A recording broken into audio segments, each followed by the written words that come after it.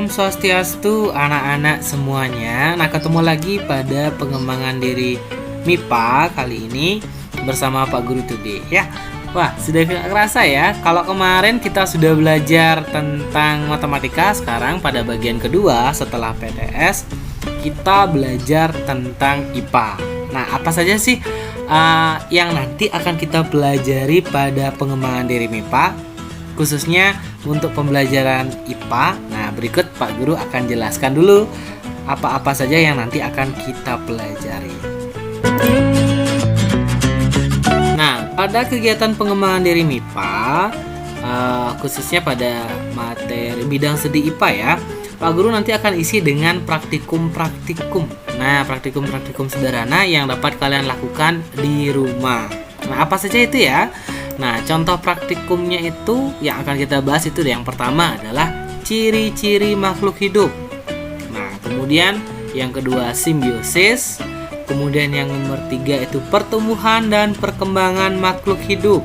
Kemudian yang nomor 4 itu ekosistem. Yang nomor 5 pencemaran lingkungan. Dan yang terakhir nanti pada pertemuan yang paling akhir itu adalah penilaian pengembangan diri. Nah, untuk minggu ini kita akan membahas tentang ciri-ciri makhluk hidup.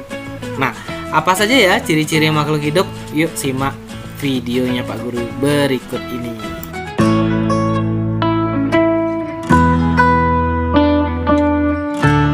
Nah, sebelum kita membahas tentang ciri-ciri makhluk hidup, nah ada yang Pak Guru pengen tanyain dulu nih. Nah, makhluk hidup itu apa sih? Tahu nggak anak-anak apa itu makhluk hidup? Apa saja ya contoh-contohnya? Nah, ayo sekarang kita mencari tahu. Nah, di sini Pak Guru sudah sediakan beberapa contoh-contoh makhluk atau benda ya. Nah, di sini coba deh anak-anak tentukan ya, yang manakah yang merupakan makhluk hidup. Nah, di sini ada gambar gambar orangutan, mirip kalian mungkin ya salah satunya. Kemudian ada air, ada tanaman atau tumbuhan, kemudian ada ayam goreng, ada kayu, kemudian ada api, ada batu, ada kentang goreng ya. Pak Guru jadi lapar. Dan yang terakhir ini mungkin kalian kenal ya. Nah, Pak Guru sebut aja ini manusia ya. Manusia yang sekarang terkenal mungkin ya di kalangan army. Nah, di sini coba deh anak-anak tentukan mana sih yang merupakan makhluk hidup. Nah, kemudian simpen nih. Benar nggak sih jawaban kalian? Nah, sekarang kita cek bersama. Nah, dari beberapa gambar yang sudah Pak Guru sajikan tadi, itu Pak Guru akan mengelompokkannya menjadi 3 jenis ya. Yang pertama itu adalah benda tak hidup.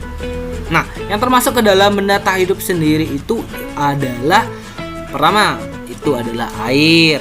Kemudian yang kedua itu api. Kemudian yang terakhir itu adalah batu. Nah, terus selanjutnya. Nah, untuk pengelompokan yang selanjutnya itu ada benda mati. Nah, kalau tadi ada benda tak hidup, sekarang ada benda mati. Nah, benda mati itu contohnya apa Pak Guru? Contohnya kalau berdasarkan gambar tadi yang sudah Pak Guru berikan, itu yang pertama ada kayu atau balok kayu. Kemudian ada kentang goreng. Aduh, terus lapar nih. Terus ada ayam goreng. Aduh, makin lapar ya. Nah, ketiga benda ini adalah contoh benda mati ya. Kemudian yang terakhir.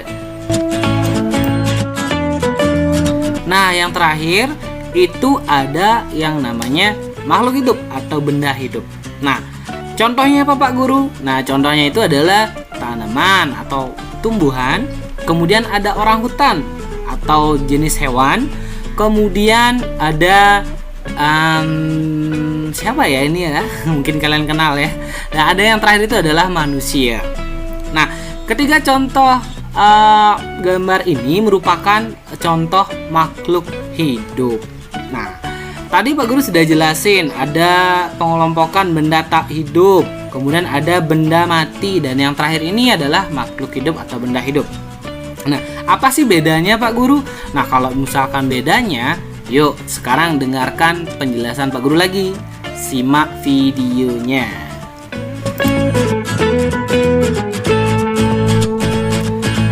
Benda tak hidup itu adalah benda-benda yang tidak pernah hidup. Nah, jadi dari awal dia ada sampai kapanpun benda itu hilang, itu benda itu merupakan benda yang tidak pernah benar-benar hidup. Nah, seperti contoh tadi, yaitu air. Kemudian ada api, ada juga bebatuan. Nah, dari awal keberadaannya memang dia adalah benda yang tidak pernah memiliki ciri-ciri kehidupan. Nah, itulah yang namanya benda tak hidup. Nah, selain itu juga benda tak hidup itu ada banyak juga ya. Nah, contohnya seperti gas mungkin ya. Kemudian ada banyak lagi ya yang bisa kalian temukan di sekitar kalian.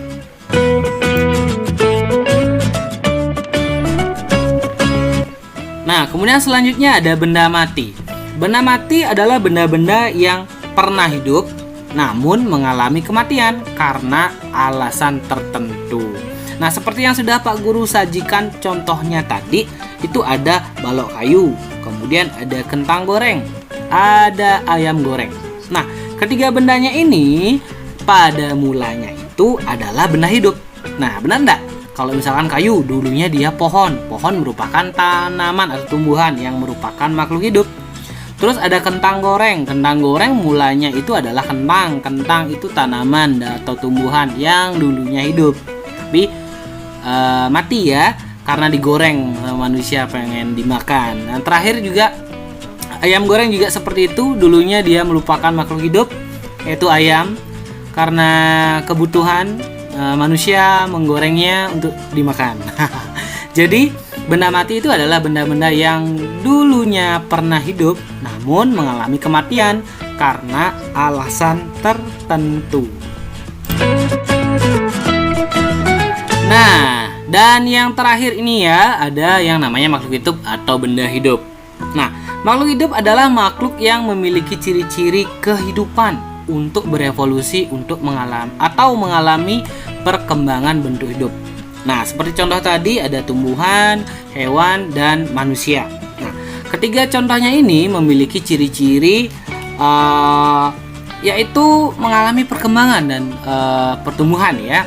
Nah, contoh seperti mungkin tumbuhan, dia mengalami pertumbuhan dari benih, kemudian meningkat menjadi pohon, kemudian juga ada hewan yang dulunya kecil, sekarang sudah bertambah jadi besar badannya. Kemudian begitu juga manusia yang dari bayi menjadi proses berkembang hingga menjadi dewasa. Nah, itulah yang namanya makhluk hidup.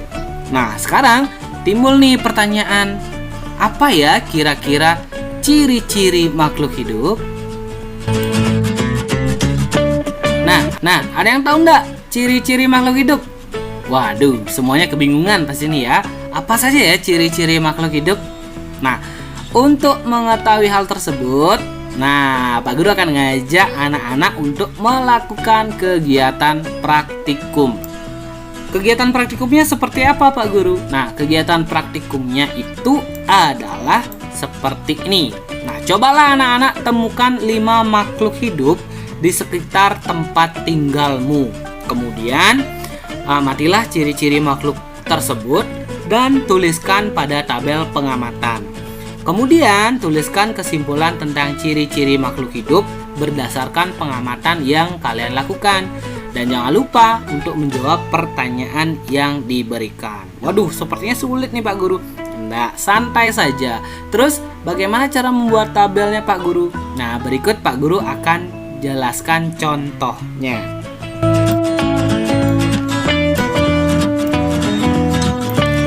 Nah, seperti ini ya contoh tabel pengamatan untuk ciri-ciri makhluk hidup.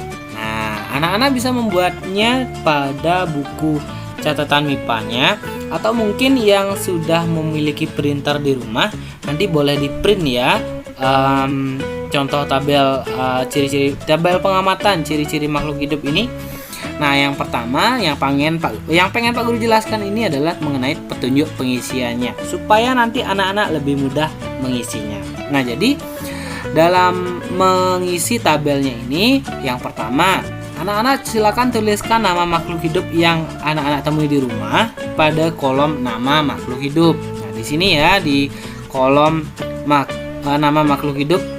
Nah, kemudian yang kedua, tentukan ciri-ciri makhluk hidup tersebut dengan memberi tanda centang pada kolom yang sesuai dengan keterangan berikut. Nah, kalau misalkan dia makhluk hidup yang kalian temui itu bergerak, berarti centang nomor 1. Kalau dia bernafas, berarti centang nomor 2. Kalau dia perlu makanan nutrisi, centang nomor 3. Begitu juga seterusnya sampai nomor 5. Nah, boleh nggak nyentang lebih dari 1, Pak Guru? Boleh. Centang kelima-limanya juga boleh, selama makhluk yang kalian amati itu memiliki kelima ciri-cirinya. Nah, kemudian jawablah pertanyaan yang diberikan dan simpulkanlah hasil kegiatanmu. Nah, pertanyaan seperti apa? Nah, pertanyaannya itu nanti dijawab di bawahnya ya, seperti contoh berikut. Nah, di bawah tabel anak-anak bisa menuliskan pertanyaannya seperti ini dan menulis kesimpulannya. Nah, pertanyaannya apa, Pak Guru? Pertanyaannya adalah apakah tumbuhan dapat bergerak? Nah, jelaskan apa pendapat kalian. Apakah memang tumbuhan itu bisa bergerak atau memang tidak? Nah, coba jelaskan alasan kalian. Kemudian setelah itu, simpulkanlah hasil pengamatan kalian. Nah, berdasarkan ciri pengamatan yang dilakukan, maka dapat disimpulkan bahwa makhluk hidup memiliki ciri-ciri. Nah, silakan ditulis ciri-cirinya ya. Nah, itu dulu yang bisa Pak Guru jelaskan. Nah, mudah-mudahan anak-anak bisa memahami apa maksud kegiatan praktikum ini dengan baik dan melaksanakannya di rumah dengan baik juga ya. Nah, jika memang nanti kalian menemui kesulitan, anak-anak silakan menghubungi Pak Guru atau mungkin wali kelasnya untuk membimbing dalam kegiatan praktikum ini. Nah, nanti kalau memang sudah selesai kegiatan pengamatannya, silakan anak-anak foto hasilnya. Kemudian jangan lupa juga foto kegiatan anak-anak waktu mengamati lingkungan di rumah. Kemudian kirimkan Pak Guru sebagai tanda bahwa anak-anak telah melakukan kegiatan pengembangan diri di rumah dengan baik. Nah, kalau misalkan tidak ngirim gimana Pak Guru? Ya sudah, berarti Pak Guru tidak akan bisa memberikan penilaian ya pada pengembangan diri kalian. Nah, sekian mungkin dari Pak Guru. Jika memang ada salah kata dan dalam penyampaian Pak Guru meminta maaf yang sebesar-besarnya.